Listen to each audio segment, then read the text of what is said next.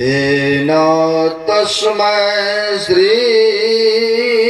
गुरुवे नमः परम गुरुवे नमः परापर गुरुवे नमः परमात्मा गुरुवे नमः आत्मा गुरुवे नमः आदि गुरुदेव अनादि गुरुदेव अनंत गुरुदेव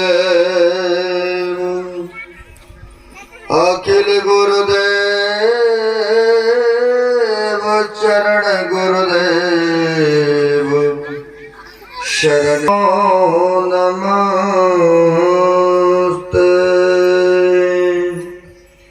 मेरा मुझ में कुछ नहीं, जो कुछ है गुरु तोर, तेरा तुझको सौंपता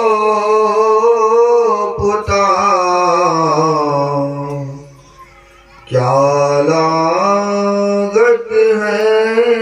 पावन करने वाले मंचस्थ पूज्य साधु चरण, सत्संग में आए हुए भक्तिमती माता एवं बहनों, बड़े खुशी हर्ष की बात है, हम लोग जत्र तत्र से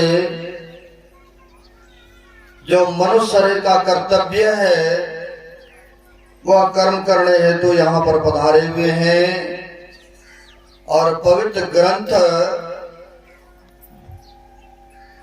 रामचंद्रमानस के सप्तम सोपान उत्तर कांड से सुन रहे थे हम लोग।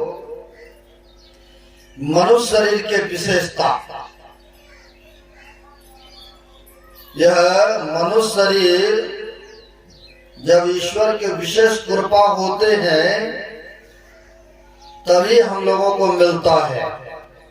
अभी हम लोग पाठ के क्रम में सुने हैं, कब मुख कर कर नानर देही अदेत इसमें हेत स्नेही। शरीर हम लोगों को देता है, आप कहेंगे देता है, कहते हैं 84 लाख जोनी में। अभी हम लोग सुने हैं 4 खाने में 84 लाख योनि। 4 खानी कौन कौन है? अभी हम लोग पाठ के क्रम में सुने हैं 4 खानी है, अंडज, पिंडज, उष्मज और अंकुरज में 84 लाख योनि है। सब में भ्रमण करते करते ईश्वर की कृपा हुआ है और तब जाकर के यह मनुष्य शरीर हम लोगों को मिला है। तो वही कहते कब मुख कर कर नानर देही अदेत इसमें हेत स्नेही। ईश्वर को विशेष दया आ गया, इसको 84 में बहुत बार भटकाया हो, बहुत दुखों को भोगा है, आज इसको मनुष्य का शरीर दे देना चाहिए। और मिला है हम लोगों को, और मिला है तो अगर मनुष्य शरीर में आकर के मनुष्यता वाला कर्तव्य कर्मों को नहीं अपनाएंगे तो कहते हैं, एक संतों ने बड़ा अच्छा कहा है, 84 में भ्रमण करते करते तो इस मनुष्य शरीर पर अटके हुए, यानी पासा को पलटने की वक्त आया हुआ है। उन्होंने बड़ा अच्छा कहा है, 1,84 गर्मी के अब पांव पर अटके आए, यानी मनुष्य शरीर पर अटके हुए 84 लाख जोनी में भ्रमण करते करते यह मनुष्य शरीर में आके अटक गए हैं, है ना। तो किस लिए तो कहते हैं 1,84 भटकी के अब पांव पर अटके आए, अब की पासा न फिरा। कहते अब की बार मनुष्य शरीर पा करके पासा को नहीं बदला, नहीं पलटा, परमात्मा की ओर नहीं लगाया, तो क्या कहते फिर 84 यानी 84 में भ्रमण करते करते आए मनुष्य शरीर में। अब मनुष्य शरीर में आकर मनुष्य वाला कर्तव्य को नहीं अपनाए तो फिर 84 में चले जाएंगे। 84 क्या है? जो रामायण को पढ़ते हैं या सदग्रंथों को पढ़ते हैं या जो बराबर सत्संग ध्यान करते हैं उनको तो पता होगा कौन कौन योनि में जाना पड़ता है। फिर भी मैं बताऊं, कहते 4 योनियां, जैसे 4 खानियां है।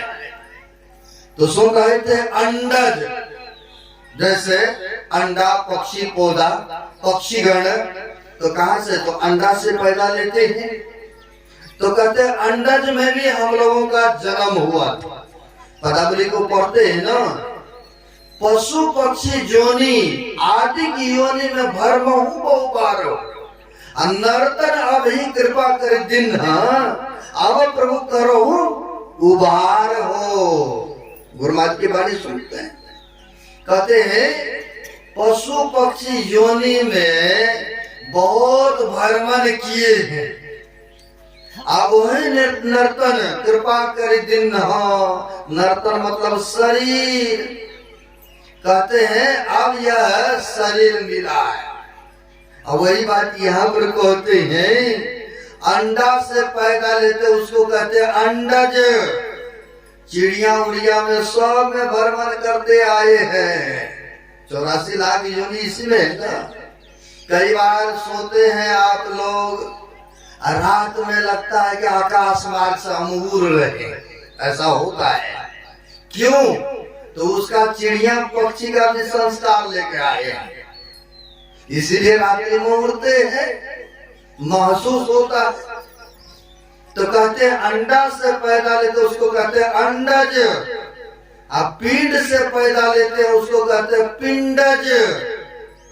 जैसे गाय भैंस बकरी कुत्ता या मनुष्य लीजिए, तो मनुष्य तो बात की बात है, लेकिन कहते हैं जो पिंड से पशु पक्षी पैदा लेते हैं तो कहते हैं वह पिंड से भी हम लोगों का जन्म हुआ है ना। हम लोग उसमें भी गए हैं, बहुत बार भटके हैं, दुखों को भोगे हैं, है ना। पिंड से जो पैदा लेते पशु पक्षी योनि उनमें भी गए हैं, उनमें भी हम लोग पशु पक्षी योनि को प्राप्त किए हैं। अंडज पिंडज उष्मज, उष्मज जैसे नाली की कीड़ा, आप लोग देखे होंगे गर्मी का मौसम आ रही है तो देखे होंगे गर्मी से भी कीड़े पतंगा जन्म लेता है, पैदा होता है। तो कहते हैं जो गर्मी से पैदा लेता है उसे उष्मज कहते हैं। और अंकुरज, अंकुरज जैसे गाछ पौधा ये सब भी, इसमें भी हम लोग भर में हैं। आप कहेंगे इसमें भी भर में है। महापुरुष कहते हैं हाँ जी हाँ जी, 84 लाख योनियों में भ्रमण करते करते कहीं ये मनुष्य का शरीर मिला है। एक महापुरुषों ने बड़ा अच्छा कहा है, 20 लाख स्थावर जानो, 9 लाख जलचर मानो, 11 लाख कृमि कवि गाई, 30 लाख पशु जानो भाई, 10 लाख पक्षी गण बताई, और 4 लाख बानर समुदायी। इतने जो भर्म का आवे तब कहीं मानुष के तन पावे। अब देख लीजिए, कहते हैं 20 लाख स्थावर जानो, जो स्थावर गाछ पहाड़ पौधा है, सब में हम लोग भ्रमण करते करते आए। आखिर पहाड़ कोई कोई ऐसा देखे होंगे आप लोग जिंदा रहता तो न वो पहाड़ बढ़ता है, धीरे धीरे बढ़ते जाता है, लेकिन अपने से कहीं चल फिर नहीं सकता है।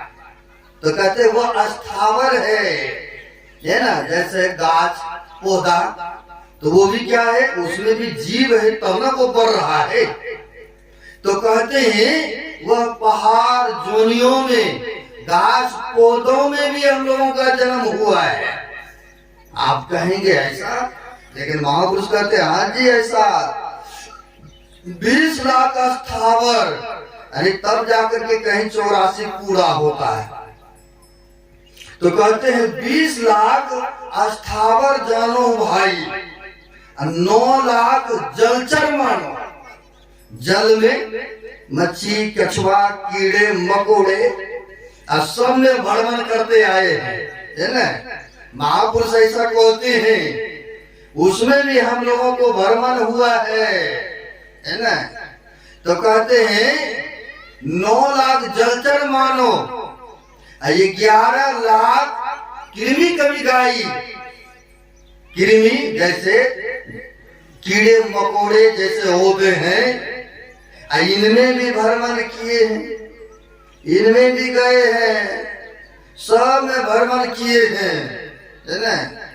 और 10 लाख पक्षी गण बताई, जो चिड़िया उड़ते हैं, कई प्रकार की चिड़िया भी होते हैं, है ना। उस चिड़िया के शरीर में गए हैं, तोता के शरीर में गए हैं, उनमें भी 10-10 लाख वर्ष रहना पड़ा है। और कहते 30 लाख पशु जानो भाई, 30 लाख वर्ष हम लोगों को पशु का जोनी में भ्रमण करना पड़ा है ना। 30 लाख पशु की जोनियों में, पशु भी कई तरह के होते हैं, हाथी, बैल, कुत्ता, बिहार, सियार, कई तरह तरह के होते हैं। और सब में भ्रमण करते करते तब कहते अंतिम में 4 लाख बानर समुदाय। बानर के शरीर जब आते हैं तब समझिए उसको अब लग रहा है ईश्वर की कृपा, उनका जब शरीर छूटेगा, क्योंकि मनुष्य और बंदर की हम शकल दिखता है उस तरह का। कहते बानर के जब शरीर में आते हैं तब कहीं जाकर के अब लगता है उनको मनुष्य शरीर पर्याप्त होगा, है ना। 4 लाख बानर समुदायी, यह जब कट जावे तब जाके कहीं मानुष का तन पावे। इतने जोनी में भ्रमण करने के बाद कहीं यह मनुष्य शरीर मिलता है ना। तो वही महापुरुष को रहे हैं 84 लाख जोनी में भ्रमण करते करते ईश्वर के असीम कृपा हुआ है, तब जाके कहीं यह मनुष्य का शरीर हम लोगों को प्राप्त हुआ है। तो किस लिए? तो कहते हैं पासा को पलटने के लिए, है ना। पांव पर अटके आए, अब की पासा न फिरा तो फिर 84 जाए। अरे पासा को पलटने का यह मौका है। अगर परमार्थ की ओर नहीं गए, संत महापुरुषों से नहीं जुड़ते हैं, तो कहते 84 में भ्रमण करते आए हैं और फिर 84 में चले जाएंगे। लो सो परत दुख पावई, सिर धुन धुन पछताए, अकाल ही कर्म ही ईश्वर ही मिथ्या दोष लगाए। फिर काल को दोष लगाएंगे, परमात्मा को दोष अर्पित करेंगे, हमें तो समय ही नहीं दिया है, भजन करने का वक्त ही नहीं दिया। उसने तो बहुत वक्त दिया, बहुत समय दिया, लेकिन भूले पड़े हैं, है ना। संसार में भूले पड़े हैं। और जब दुख आता तो ईश्वर ने तो हमें वक्त ही नहीं दिया भजन करने का। लेकिन बाद में सो परत दुख पावई, बाद में सिर पटक पटक करके दुख पाते हैं, लेकिन वहां पर कोई सुनने वाला नहीं है। आपका कोई सिफारिश नहीं चलेगा, है ना। बाद में पछताने से क्या होगा? कहते हैं जब चिड़िया चुग गए खेत, अब पाछे पछताने से क्या फायदा है? जब समय था तब तो लाभ उठाया नहीं, अब बाद में पश्चाताप करते हैं तो कोई फायदा पश्चाताप का नहीं है। इसलिए कहते हैं जो समय बीत गया तो वो बीत गया, लेकिन अब जो शेष पड़ा है कम से कम अभी भी तो परमात्मा की ओर झुकना चाहिए, तन मन से करना चाहिए, है ना। क्योंकि जितना यह सुंदर शरीर दिख रहा है, जितना मूल्यवान बताया है, और उतना ही क्षण भंगुर भी है। नहीं, बाबा नानक ने कहा है पानी का सा बुलबुला, एक संतों ने कहा पानी का सा बुलबुला यह तन ऐसा हो, अब पीव मिलन को ठानिए रहिए ना परिसो, रहिए ना परिसो बहुरिन मन खा देही, खोज ही आपको जब मिले राम सने ही, हरि को जो भूले फिरे सहजो जीवन छार, असुखिया तभी होगे जब सुमरोगे करतार। कहते हैं पानी का सा बुलबुला है ये शरीर। जब बारिश होते हैं तो देखे है ना, पानी की बूंदाएं होते हैं अब फूट भी जाता है, उसी तरह से ये शरीर भी है। जितना सुंदर दिख रहा है उतना क्षण भंगुर भी है, दिन प्रतिदिन फुटता कमता जा रहा है। गुरु महाराज की वाणी सुनते हैं, ये पढ़ते हैं हम लोग, क्षण क्षण पल पल समय सिरावे, नर्तन दुर्लभ फिर नहीं पावे, ये क्षण क्षण पल पल बीतता जा रहा है। बच्चा देखते हैं, माँ बाप देखते हैं मेरा बच्चा जवान हो रहा है, अब कहीं उसका 100 वर्ष की आयु है, अवधि है जीने का, कहीं 25 वर्ष के हो गए तो माँ बाप कहते हैं मेरा बेटा जवान हो गए। अरे भाई जवान तो शरीर होता है ना, लेकिन उधर जो 100 वर्ष था रहने का, उधर 100 में 25 चला गया तो 75 बचा। दिन प्रतिदिन तो घटता जा रहा है ना, आप 50 वर्ष के हो गए तो 50 बचा, ये घटता जा रहा है। वही करके पल पल छिन छिन ये समय सिरावे, नर्तन दुर्लभ फेरू नहीं पावे। नर्तन मतलब यह शरीर फिर नहीं मिलने वाला है ना। यह बड़े मूल्यवान है, दिनों प्रतिदिन घटता जा रहा है। जितना मूल्यवान है, जितना सुंदर है, उतना ही क्षण भंगुर भी यह शरीर है। बाबा नानक साहब ने कहा है क्या बालक क्या जोवने, क्या वृद्ध का सुगंध, वह अवसर नहीं जानिए जब आई पर जमफंद। किसी को पता है कि कल क्या होने वाला है? कोई नहीं कहेंगे कि हमें पता है ना, लेकिन आशा करते कि हमें बरसों रहना है, बाद में भजन कर लेंगे भाई, अभी खाओ पियो ऐस मौज करो, है। लेकिन ऐसा नहीं है ना। कल का कहते हैं कौन जाने कल की, जगत में खबर नहीं पल की, लेकिन लोग आशा करते हैं कि कोई बात नहीं है, बाद में कर लेंगे ना। बाद में कुछ नहीं होने वाला है, अब बाद की क्या परिस्थिति होता है वो भी हम दिखाएंगे, है ना। लेकिन यहाँ पहले बाबा नानक साहब कहते हैं क्या बालक क्या जोवने। बालक जब जन्म लेते हैं, आप देखे होंगे या आपके घर में घटना घटित हुआ होगा, गौ समाज में ऐसा होता है। बालक जन्म लेते सार कई संसार को देखा भी नहीं और संसार से छुट्टी हो जाते ने। जन्म लेते सार कुछ भी देखा तक भी नहीं, कुछ किया भी नहीं, संसार से छुट्टी हो गए। क्या बालक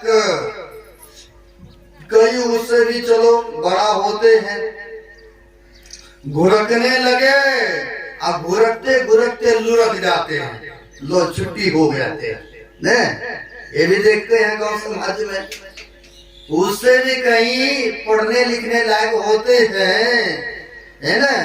ऐसा घटना घटित हुआ है। एक सुपौल जिला के हमारे भक्त थे, उन्होंने फोन करके बोला एक ही घर का बच्चा स्कूल से आए, बच्चे वाली बुद्धि है, आज सड़क के बगल में बस्ता रखा, बच्चे खेलने मत हो गए। होता ही है कि स्कूल से छुट्टी होता है तो फिर बंधन से छूटा है तो चलो खेलते हैं, बाद में खाएंगे, बाद में जाएंगे थोड़ी। एक ही घर का बच्चा तीन सड़क के बगल में खेलने लग गए। सच्ची घटना मैं बता रहा हूँ, क्योंकि महापुरुष जो कहा है बात 100% मिलता जुलता है, जो क्योंकि मिथ्यान हो देव ऋषि वाणी, जो संत महापुरुष ने देखा वही कहा है, वही लिखा है। तो यहाँ पर कहते हैं वह तीनों बच्चा सड़क के बगल में खेल रहे थे। होता क्या है, अचानक सावन भादों में देखे होंगे, कहीं किधरों से कहीं से कभी बारिश आ जाएंगे, कभी बादल छिड़कने लग जाएंगे, अचानक आंधी तूफान आते हैं। अब बच्चा तब तक खेल ही रहा है, अब आंधी तूफान आ गए, बिजली भी चटकते हैं। आप लोग देखे होंगे, किसान लोग हैं, ये तो सबको जानते हैं, अनुभव करते हैं। अब बिजली की छटक होते हैं, जिस जगह बच्चा खेल रहे थे तीनों, उसी जगह वो बिजली गिर गए और तीनों बच्चा उसी जगह लुढ़क गए। बिजली जो गिरा चमकता हुआ, एक ही घर का बच्चा है, उसी के बीच में गिरा और तीनों उसी जगह राम नाम सत्य हो गए, एक घर के ही बच्चा।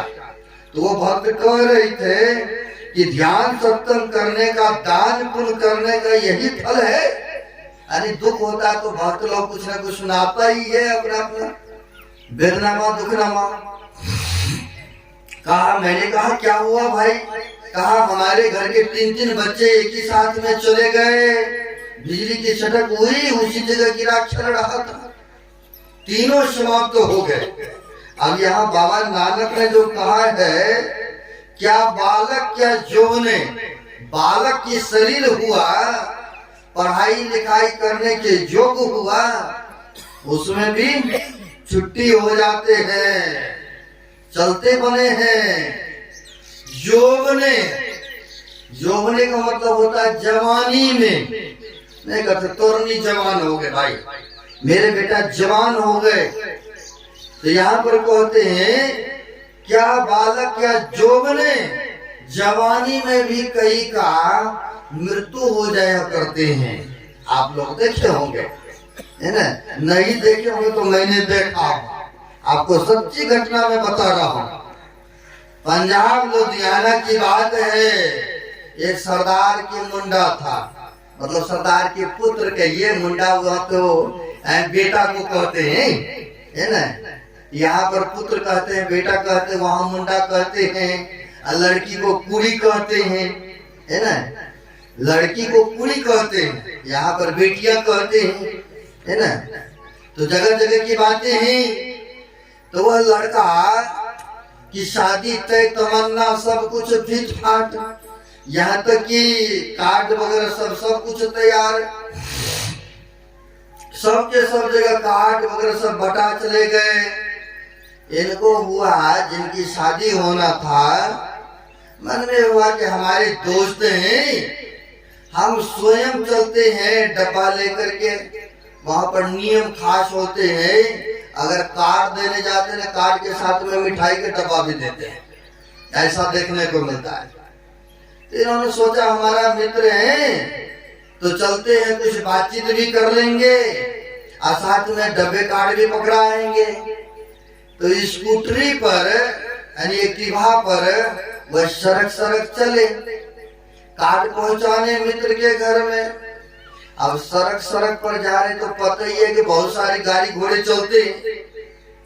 अचानक 3 पहिया में, ठेला गाड़ी में उनकी एक्टिवा लग गए, एम्बुलेंस हो गए।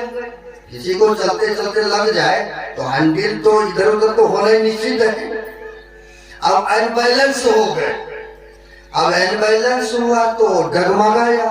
अब बगल से जा रहे थे बस, अब बस में सटा, ठोकर लगा और गिर पड़ा। अब गिर पड़ा तो ये तो नहीं है कि इधरे गिरेंगे, अब गिरा तो वो इधरे बस की तरफ गिरा। अब बस की तरफ जो गिरा तो बस ने पीठे पर इस तरह से शरीर पर होकर टायर निकाल दिया। अब देखिए यहाँ पर सिद्ध हुआ कि नहीं, क्या बालक का यौवने यानी जवानी में भी राम नाम सत्य हो जाते हैं, यहाँ पर सिद्ध हो रहा है। अब वृद्ध अवस्था में तो खैर सबको जाना ही है ना, लेकिन फिर भी छिपाते हैं। परमात्मा की तरफ से नोटिस पर नोटिस आ रहा है ना। नोटिस पर नोटिस क्या है, तो कहते हैं पहला नोटिस है बाल सफेद हो जाना। नोटिस भेज रहा है अभी भी तुम सचेत हो जा, सावधान हो जा, भजन कर लो। अभी भी 12 ना तो खत्म है, 4 ना बचा है, उसे भी कम से कम लगाओ इधर। लेकिन क्या करते, परमात्मा को धोखा देते हैं लोग। बाल अगर सफेद हुआ तो आता है काला मेहंदी, गोदरेज क्या क्या लगाता कि लो हम ठीके ठाके हैं, ऐसा करते हैं ना, परमात्मा को धोखा देते हैं। लेकिन फिर भी नहीं छोड़ने वाला है। दूसरा फिर नोटिस, दूसरा नोटिस क्या है, आंख से देखना कम होने लगते हैं न। जो पहले दिख रहा था वो तो नहीं रहा ना, अब आंख से देखना कम होने लगते हैं। तो यहाँ पर भी कई चश्मा लगा रखे हैं, तो क्या करते हैं, चश्मा के सहारा लेते हैं। लो जी फिर मैं देखता हूँ, ठीक है ठाक है, अभी चलेगी गाड़ी मेरा, कमाए तो कोई बात नहीं, पैसे लगा करके मैंने चश्मा की सहारा ले लिया न। ऐसा देखते हैं, चलो चश्मा के सहारा ले लिया। फिर भी परमात्मा नोटिस फिर भेजते हैं। क्या नोटिस भेजते हैं, तो दांत टूट जाता है। अब दांत जब टूट जाता है तो लोग क्या करते हैं, नकली दांत भी लगा लेते हैं। लो जी दांत भी मेरा ठीक ठाक है। अब है परमात्मा नोटिस पे नोटिस भेज रहा है, और संसार के लोग उनको छिपाते जा रहे हैं, दबाते जा रहा है ना। दांत टूट गया तो फिर दांत लगा लेते हैं लोग। लो जी है ही चकाचक है। अब फिर नोटिस भेजते हैं, कमर में दर्द, घुटने में दर्द, अब फिर भी सचेत नहीं होते, दवाई खा खा के चल रहे हैं, जी रहे हैं, लेकिन फिर भी परमात्मा की ओर नहीं लगते हैं। सोचते कोई बात नहीं, बाद में करेंगे भजन, अभी बहुत समय पड़ा है। लेकिन एक संतों ने बड़ा अच्छा कहा है, भाई वृद्ध अवस्था में क्या क्या परिस्थिति होता है जानते हो? तो किसी ने कहा कि नहीं जानता, बता दीजिए तो बड़ी कृपा होंगे। कहा तो फिर सुनो। मुलुकदास एक संत हुए, उन्होंने कहा सुनो क्या क्या परिस्थिति होता है वृद्ध अवस्था में। कहा आंख में पड़ेगा छाला, नहीं मोतियाबिंद हो जाते हैं। वृद्ध होने के बाद, सामने के चीज रहने के बाद भी दिखता नहीं है, तो क्या करते हैं, ऑपरेशन कराते हैं, फिर देखने लग जाते हैं। तो वही कहते हैं वृद्ध अवस्था में क्या क्या परिस्थिति होता है। ए भक्त सुनो। कहा सुनाइए। कहा आंख में पड़ेगा छाला, नाव से बहेगा नाला, लाठी से पड़ेगा पाला। जरा जिंदगानी में अभी भी आगे में 3-4 लाठी है हमारे बुजुर्ग, क्योंकि लाठी के सहारा लेकर के चलते हैं नहीं है।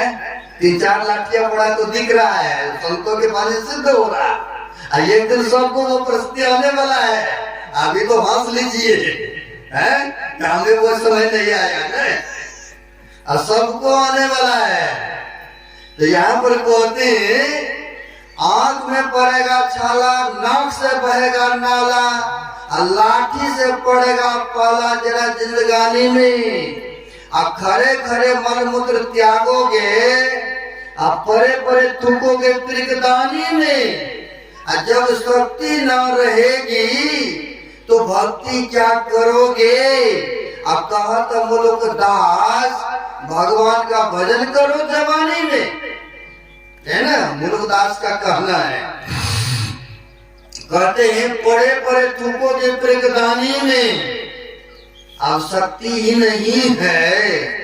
जहां बेटा पोता आपको बैठा दिया, लेटा दिया, आप देखे भी होंगे गौ समाज में, क्योंकि चलने को उनको समर्थ नहीं है। और जहां उसको लेटा दिया, बैठा दिया, अब वहीं पर थूक छकार पखाना पेशाब सब करते हैं, क्योंकि शरीर में तो ताकत है नहीं कि उठ करके चले जाए बाथरूम में या थूकने के लिए बाहर चले जाए। यहाँ पर संतों के पानी शुद्ध हो रहा है। हमारे पंजाब में तो एक भक्तों ने उनके बेटा ने ले गया बुला करके, महाराज 2 सालों से पड़ा है बेड पर रूम में, अब बहुत वह परेशान है। परेशान यह है कि जैसे सुलाता हूँ वैसे सोए रहते हैं, और सोए सोए एक ही करवट, उनकी चमड़ा भी गल गया है, जख्म हो चुका है। अब एक ही भाग में सोए रहेंगे, दिन रात पड़े रहते हैं तो ऐसा हो ही जाता है, आप देखे होंगे। तो उन्होंने जा रहे थे हम गाड़ी से सड़क, उन्होंने कहा कि महाराज आप एक बार चलिए हमारे घर पर, दर्शन दे दीजिए, आशीर्वाद दीजिए, ताकि उनका शरीर छूट जाए, जोनी बदल हो जाए। अब देखिए घर के आदमी कितने परेशान हैं, शरीर छूटने का आशीर्वाद मांगते हैं, है ना, क्योंकि ऐसी परिस्थिति आ चुकी है ना। अब वहां पर लेके गए, वृद्ध आदमी था, इतना रूम दुर्गंध दे रहा था। बड़े आदमी के पखाना पेशाब सब उसी बिस्तर पर हो, रूम में हो, तो कितनी दुर्गंध देता है। मेरे को तो बड़ी लगा, मैंने नाक बंद करके फिर भी गए। अब उस समय कहा भगवान का नाम लीजिए, कुछो नहीं, है ना। भाई जिंदगी भर जो चीज को आप डालते रहेंगे वही न उस समय भी याद आएंगे, है ना। अब कोई चीज को भरते रहे, पहले खाली करेंगे तब ना दूध घी रखेंगे, है। अब पहले से भर करके रखे है संसार को, पहले से भर करके रखे बेटा पोता नाती दोता को, है। अब जब उसको खाली करेंगे, आसक्ति को हटाएंगे, तब ना भगवान का नाम आएगा। जल्दी उस समय नाम नहीं भगवान के याद आते हैं, है ना। अब वहां पर पड़े पड़े ऐसे अवस्था में अगर उन व्यक्ति को कहेंगे भगवान का नाम लो, संभव नहीं है नाम लेंगे वो, क्योंकि पहले से और कुछ भरा पड़ा है। जीवन में अगर किसी महापुरुष को अपना के रहते, भजन करते, तब ना उस समय याद आते। लेकिन यहाँ तो बेटा पोता नाती को अपना करके रहे हैं, तो उस समय कैसे आएंगे याद? 2-4 बार कहीं नाम ले भी लिया, लेकिन सदा के लिए नाम नहीं ले सकता है ऐसे व्यक्ति, है ना। यहाँ पर सिद्ध हो रहा है परे परे थूकोगे त्रिकदानी में, क्योंकि शक्ति ही नहीं तो कहाँ पर जाएगा थूकने या पेशाब पखाना करने। पड़े पड़े ये सब कुछ होता है ना। तो वही कहते हैं पड़े पड़े मलमूत्र त्यागोगे, जहाँ सुला दिया बैठा दिया वहीं पर फिर सब कुछ होता है। वृद्ध अवस्था में भजन संभव नहीं होता है, इसलिए कहते हैं यह शरीर जो है बहुत मूल्यवान है, और जितना मूल्यवान है उतना क्षणभंगुर भी है। अब क्षणभंगुर है तो इसे फिर अच्छा काम में लगाना चाहिए, क्योंकि 84 लाख जोनी में भ्रमण करते करते यह मनुष्य शरीर में आए हैं। ईश्वर के विशेष कृपा हुआ है। अगर साधु महात्मा के वचन को मानेंगे, उस पर चलेंगे, तब तो ठीक ठाक है। बेशक इस जन्म में भक्ति पूरी नहीं हुई, कोई बात नहीं है। अगर संस्कार पड़ गया है, भक्ति का बीज डल गया है, तो वह इस जन्म में नहीं तो अगले जन्म में, अगले जन्म में तो फिर सही। लेकिन यह भक्ति का बीज कभी विनाश नहीं होता है ना। कभी नीचे के जोनी में नहीं जाने देंगे। यह संस्कार, यह भक्ति का बीज है ना। लेकिन वैसा बीज डलवाएंगे तब तो। गोस्वामी तुलसीदास जी महाराज से एक भक्तों ने पूछा, महाराज किसी ने दीक्षा लिया, भजन भेद लेकर के कुछ वर्ष तक ध्यान भजन किया और करने के बाद कहीं रास्ता से वो बेघर हो गए, रास्ता से बेरास्ता हो गए, तो ऐसे जीव का क्या गति होगा प्रभु, आप बताने की कृपा करें। तो गोस्वामी तुलसीदास जी ने कहा, किसान लोग खेत में बीज को डालते हैं, आप लोग भी किसान हैं, बीज को लगाते हैं।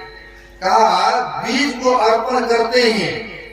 अब बीज अगर सही सलामत है, बेशक उसका मुंह जमीन के नीचे की ओर क्यों नहीं पड़ा, लेकिन बीज में ऐसा क्षमता, ऐसा गुण होता है कि मुंह बेशक नीचे की ओर पड़ा है, वो नीचे तरफ नहीं जाएंगे। गाछ जो पौधा निकलेंगे उनमें ऐसा क्षमता होता है, वो जमीन को फाड़ चीर करके आकाश की तरफ निकला गया। नहीं ऐसा देखने को होता है। तो कहते जमीन को फाड़ते चिरते आकाश की तरफ निकल आते हैं।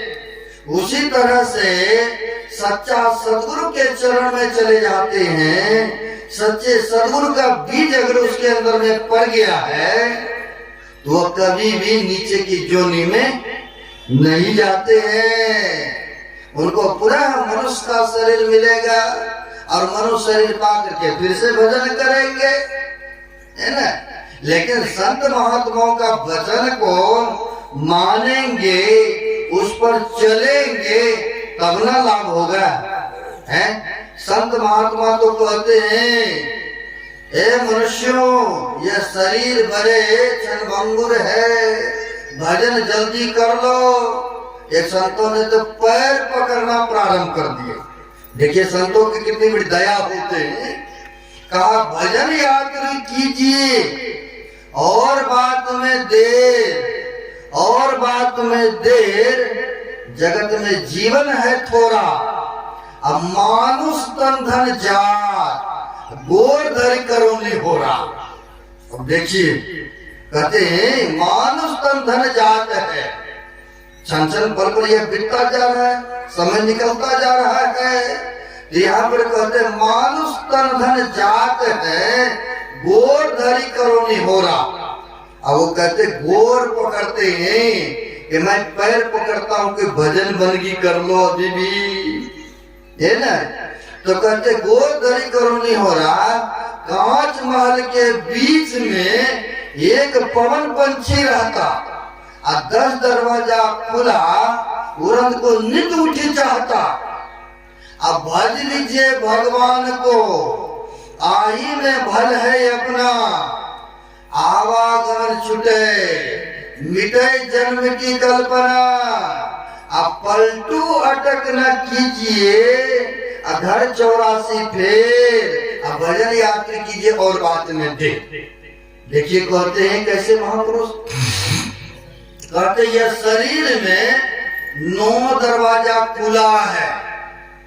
आप कहेंगे 9 दरवाजा खुला है, यो तो पलटू साहब कहते हैं 10 दरवाजा है।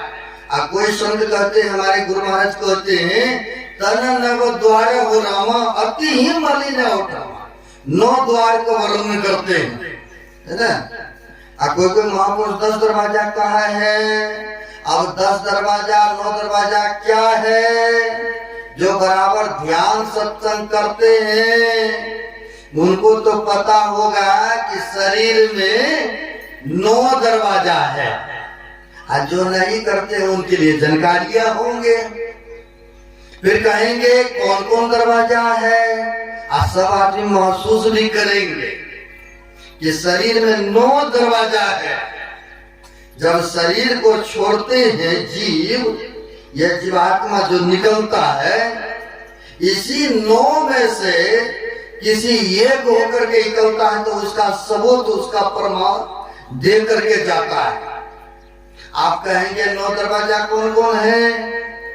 तो 2 आंख का दरवाजा है। आखिर आंख से रोशनी आ रही, अंदर से कनेक्शन है, तब ना देख रहे हैं, तब ना खुल रहा है आंखें। तो कहते हैं 2 आंख की दरवाजा है, सबसे ऊपर में है आंख। किसी जीव का निकलना होता है, किसी मानव का शरीर पर परित्याग होता है, तो अगर आंख से निकला तो आंख खुले रह जाता है। इससे सबूत होता है, इसे ये पता चलता है कि आंख से निकला तो आंख की दरवाजा खुला रह गए, आंख से निकल गई जीवात्मा। कहते 2 आंख का दरवाजा खुला है, 2 कान का दरवाजा खुला है। अगर कान में सुरंग है तब ना हम लोग शब्द सुनते हैं। कहते जब शरीर को परित्याग करते हैं या जीव, तो कान से निकलते तो कान टेढ़े पड़ जाते हैं, है ना। तो कहते 2 कान का दरवाजा हुआ, 2 नाक का दरवाजा होते हैं। जैसे अच्छा या बुरा का गंध नाके से लेते हैं, पता करते हैं, अनुभव करते हैं, ये ठीक है, ये गला है, ये सरा है। तो कहते गंध लेने का यह नाक है, तो 2 ये भी दरवाजा है। अगर इससे निकलता है तो कहते नाक टेढ़े हो जाते हैं, है ना। आप लोग कई बार अनुभव भी किए होंगे। तो कहते हैं ये तो 2 2 4 2 6 हो गया। एक जिससे भोजन करते हैं या वार्तालाप करते हैं, नहीं ये भी खुला है ना, तब ना अन्न जल ग्रहण करते हैं, कुछ भी बोलते हैं। तो कहते एक मुंह का दरवाजा है ना। अगर शरीर कहीं इससे निकलता है तो कहते मुंह खुला रह जाता है। आप लोग कई बार देखे भी होंगे। अगर जीव का कहीं से निकलना होता है तो मुंह खुला के खुला रह जाते हैं, है ना। तो कहते ये तो हो गया 7 दरवाजा, क्योंकि 2 2 4 2 6 एक साथ हो गए। आप लोग अनुभव कर रहे हैं ये सब के अंदर में। तो 7 तो हुआ, लेकिन 2 और कौन सा? 2 नीचे के मल मूत्र विसर्जन करने का है। यह मिलाकर के 9 दरवाजा है। ये प्रत्येक मनुष्य के अंदर में। अब पलटू साहब ने कहा 10 दरवाजा खुला उड़न को। एक नाभि का भी दरवाजा मानते हैं, लेकिन विशेष करके तो 9 ही दरवाजा का वर्णन हुआ। तो यहाँ पर कहते हैं 10 दरवाजा खुला उड़न को नित्य उठी चाहता। यह जीवात्मा नित्य चाहते कि हम कब इससे निकल जाए। गंध में रहना कोई पसंद नहीं करते हैं। तो गंध क्या है? आंख से क्या करते हैं? तो कीचिया निकलता है, ये भी तो गंध खाने है ना। अगर कोई रोने लगता है तो रुमाल लेके या हाथ से आंसू को तो पोंछ देते हैं। अब वही जब नीचे आते नहीं इससे निकलता है तो कोई जल्दी हाथ नहीं लगाते हैं, पोंछते हैं। तो नाक से क्या करते हैं? गंदगी निकलता है। कान से क्या निकलता है? उससे भी गंदगी निकलता है। कान से गंदगी तो निकलता है ना। मुंह से लेट कुड़ाट क्या निकलता है? खिखास निकलते हैं। तो ये भी तो गंदगी का स्थान है ना। और नीचे तो खैर गंदगी निकलता ही है। तो यह कहते हैं इससे गंदगी का निकलना होता है। इसी में जीव का बैठक है। तो यह चाहते कि हम कब इससे निकल जाए। कहते 10 दरवाजा खुला उड़न को नित्य उठी चाहता, नित्य प्रति चाहते कि हम कब इससे निकल जाए। तो क्या करना है? तो कहते भज लीजिए भगवान को, आई में भल है अपना। अगर भगवान का नाम लेंगे तो भलाई इसी में है, कल्याण इसी में है। तो कहते भज लीजिए भगवान को, आई में भल है अपना। आवागमन छूटे मिटे जन्म की कल्पना। कहते हैं आवागमन का जो चक्र है वो अब समाप्त हो जाएंगे, है ना। और हमारे गुरु महाराज कहते हैं सबसे बड़ा दुख क्या है? तो कहते हैं आवागमन का चक्र है ना। जन्म लेना और मृत्यु को प्राप्त करना सबसे बड़ा दुख तो यही है ना। तो कहते हैं आवागमन के चक्रों से बचना चाहते हैं तो भज लीजिए भगवान को, आही में भल है अपना, आवागमन छुटे मिटे जन्म की कल्पना। पलटू अटक न कीजिए, यानी अटक मत कीजिए, आलस मत कीजिए। अगर आलस करेंगे तो कहते हैं घर 84 फिर 84 में चले जाएंगे। संत महापुरुष तो समय समय पर आते हैं रास्ता दिखाने के लिए, बताने के लिए, समझाने के लिए, लेकिन करना तो आपको है ना। आपकी समझदारी क्या कर रहे हैं, ये तो निर्णय आपको करना है ना। एक संतों ने कहा है ऋषि मुनि सब आते हैं समझाने के लिए, आप कुछ तो समय निकालो हरिगुण गाने के लिए। कहते ऋषि महात्मा आते हैं समझाने बुझाने के लिए, हैं? तो कहते हैं हरदम हो तुम पाप कमाने के लिए, अब कुछ तो समय निकालो हरिगुण गाने के लिए। हर वक्त तैयार हो तुम संसार के प्रपंच में व्यस्त हो, लेकिन हरि का गुण ही नहीं गाते हो। सुंदर शरीर मिला है? ये मनुष्य तो सत्संग भजन ध्यान सत्संग कर सकता है ना, पशु करेगा? पशु नहीं कर सकता है। लेकिन यहाँ पर कहा है अगर भजन नहीं करोगे तो अभी 2 पैर है, फिर बाद में 4 पांव मिलेगा, है ना। फिर देखते रहिए, फिर कहिए कि क्या करते हैं, पेट में दर्द हो रहा है कि सिर में दर्द हो रहा है, तो उसमें कुछ सुनवाई नहीं होंगे। आए भजन बिना बैल बिराने होइयो, दीवाने मन बड़ा दुख पइयो। कहते भजन नहीं करोगे तो बैल की जोनी को जाना पड़ेगा। आप कहेंगे ऐसा भी होता है, ऐसा कोई सबूत कोई प्रमाण है? कबीर साहब जैसे संत डरते नहीं थे किसी से, उनको जब जैसा हुआ तो वैसा कह देना, बता देना, समझा देना। यही अच्छा बात कहने में कबीर साहब को ना जाने संसार के लोग तरह तरह के कष्ट दिया, तरह तरह के दुख दिया, यहाँ तक कि पहाड़ पर से भी घोलटा दिया, फेंक दिया। उसे भी जब शरीर नहीं छूटा तो लोगों ने बीच नदी में गए, पत्थर बांध दिया शरीर में और जाके गंगा जी में फेंक दिया। लेकिन वो जो संसार को चेताने के लिए आए हैं, संसार को ज्ञान देने के लिए आए, उसको कौन मार सकता है ना। तो फलस्वरूप क्या हुआ, पत्थर पर ही बैठ करके तरने लग गए, है ना। अब कबीर साहब जैसे संतों ने कहने के लिए नहीं छोड़ा, उनको समझाना है, बुझाना है, रास्ता बुलाना है।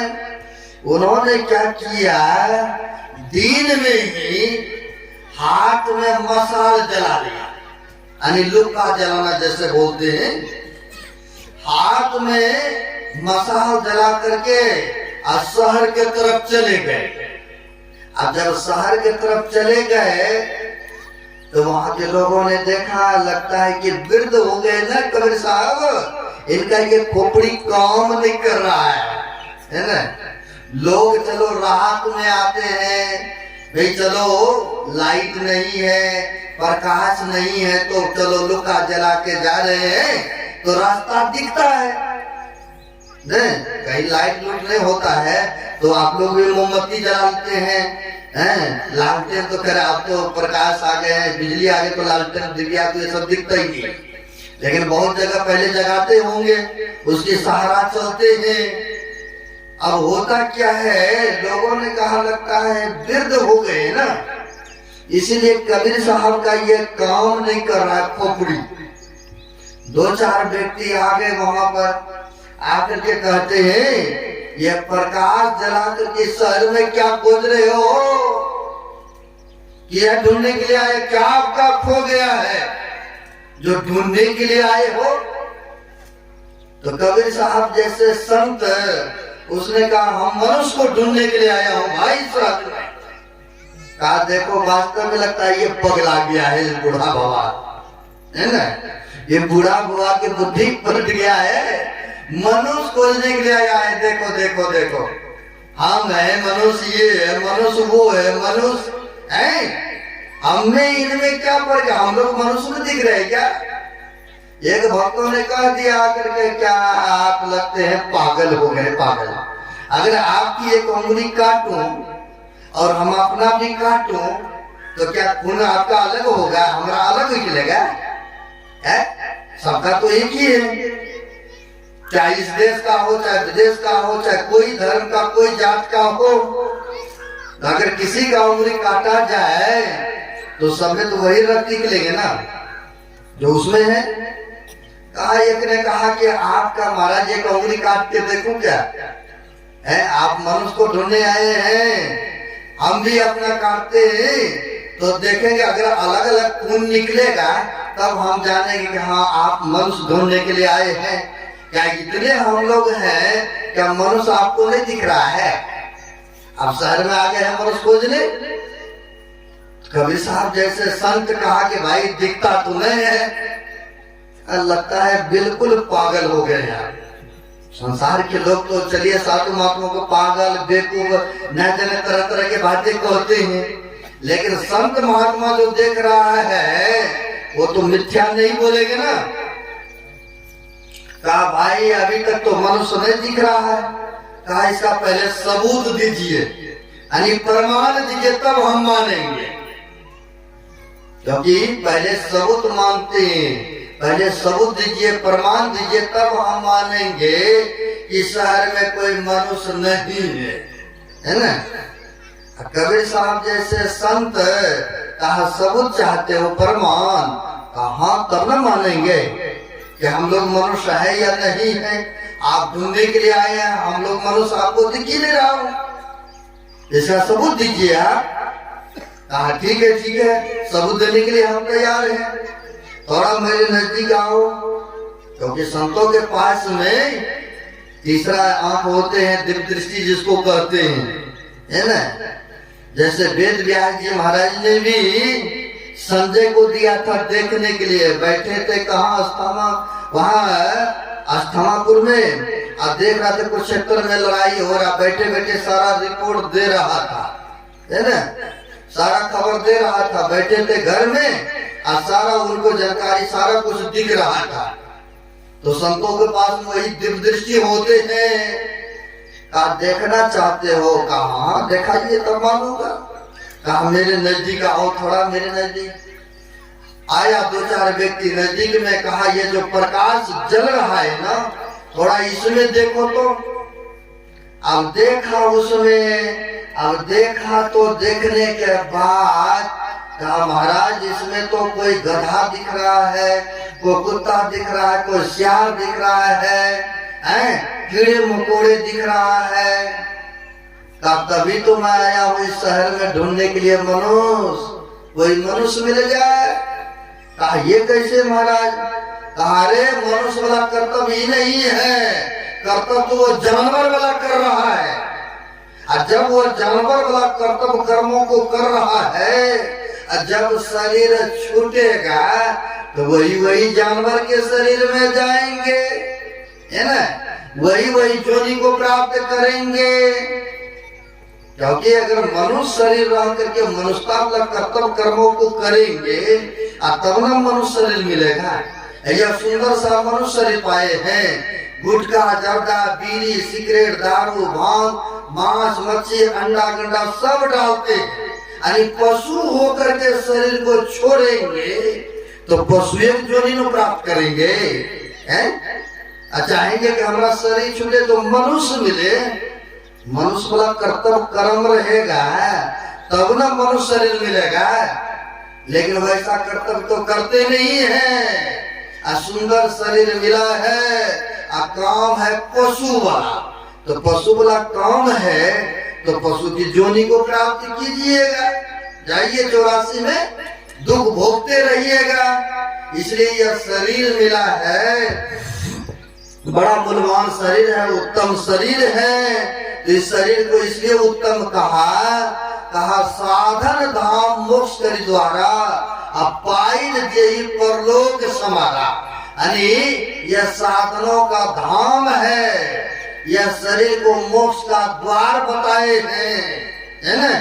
यह शरीर साधन, इसी शरीर से साधन करके हम परम मोक्ष को प्राप्त कर सकते हैं। इसी शरीर से कहाँ जाएंगे?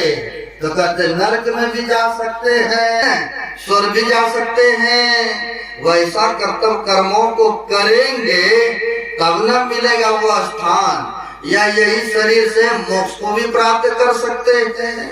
इसलिए इस शरीर को साधन का धाम बताया है, मोक्ष का इसी में द्वार है। इसलिए यह मनुष्य शरीर मिला है। मनुष्य वाला कर्तव्य को अपनाइए, हैं? नशा जर्दा बीड़ी गुटखा छोड़िए, मांस मछली खाना छोड़िए, किसी सच्चे संत महापुरुषों से जुड़ करके दीक्षा लेकर के थोड़ा थोड़ा भी भजन सुमरन करेंगे तो यह भक्ति का संस्कार बीज कभी विनाश नहीं होने वाला है। कबीर साहब ने कह दिया है, भक्ति बीज विनसई नहीं, जो जुट जाए अनंत, ऊंच नीच कर जन्म ले तो उस संत को संत। भक्ति का अगर बीज पड़ गया तो एक ना एक दिन अवश्य फिर से मनुष्य शरीर मिलेगा, है। यही मैंने थोड़ा सा आप सब मुझे सेवा में रखा, थोड़ा तो नहीं, घंटों पूरा ही दिया मैंने। आप सब बड़े